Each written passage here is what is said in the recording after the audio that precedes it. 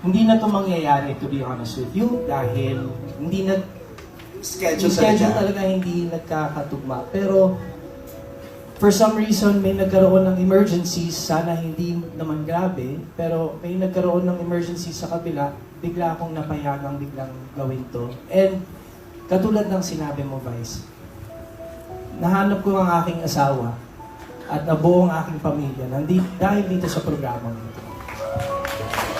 And para sa akin, it really doesn't matter kung saan ka.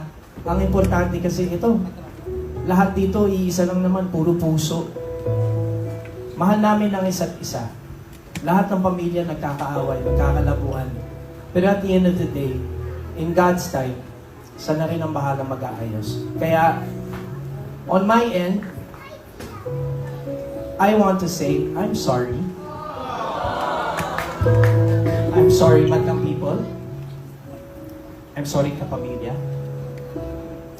But, myself, nagpapakumbaba lang ako na gagawin ko kasi ang lahat para sa aking pamilya. And kasama na rin po kayo doon, Madlang people. So I really thank you. Thank you everyone for the support and love. Admit sa lahat na nangyari, but I just want to say, Vice, I love you.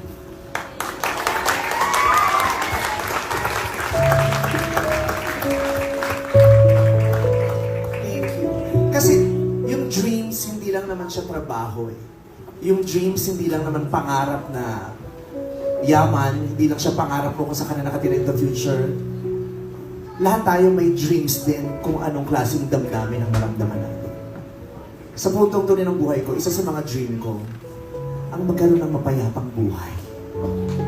At maa-achieve lang natin yung kapayapaan kung nare-reach natin ng forgiveness. Forgiveness sa sarili natin at forgiveness mula sa ibang tao. Pag naibigay yung forgiveness na yun sa sarili mo, mas peaceful ang buhay. At yung peaceful na buhay, isa rin sa dreams nating lahat. Thank you, Billy. Thank you, Colleen. Si Colleen kasi nung nakita-kita kami, hindi inaasang pangyari nung nakita-kita kami. Tapos nakita ko si Colleen, hindi ko pa nakita agad si Billy. Parang ano lang, story time kung paano kami nakita ni Billy. Si Colleen na nakita ko, sabi ko, Colleen, sabi ko, bye. Sakay ako ng kotse nung nakita ko siya. Sabi ko, Colleen, bye. Sabi ko, tapos sabi niya, magpati na kayo, please. Oo, tagal na kasi. Ganun agad. Tapos nung nakita ko si Billy, sabi ko, hindi ko alam kung anong gagawin ko. Sabi niya, sige na please. Tapos yung, hindi ko, paano ko mag-no kay Colleen? Tapos yung mukha niya yung ang sincere, tapos alam niya kung gaano kahalaga yung relationship namin ni Billy. Yes. Nasaksihan niya, kaya... And pareho kayong nasaktan. Mm-hmm. Yun yung sinasabi ko kay Billy. Sabi niya, sinaktan niya ako eh. Sabi ko, kasi, you're also in pain. So lahat ng nasasabi niyo, nagagawa niyo, it's all coming from a place of pain.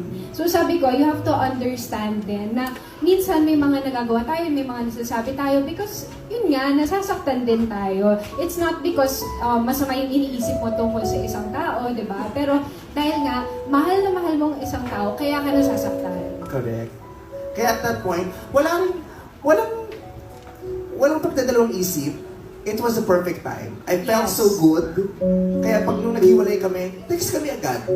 Ni Billy, as in, pagsakay ko pa ng kotse, nagte-text na kami, hindi natawagan na, nagsisend na kami ng kung ano-anong picture, gano'n agad. Parang, this is the perfect time. Ang sarap-sarap sa pakiramdam. Sobrang sarap. Ano ba tayo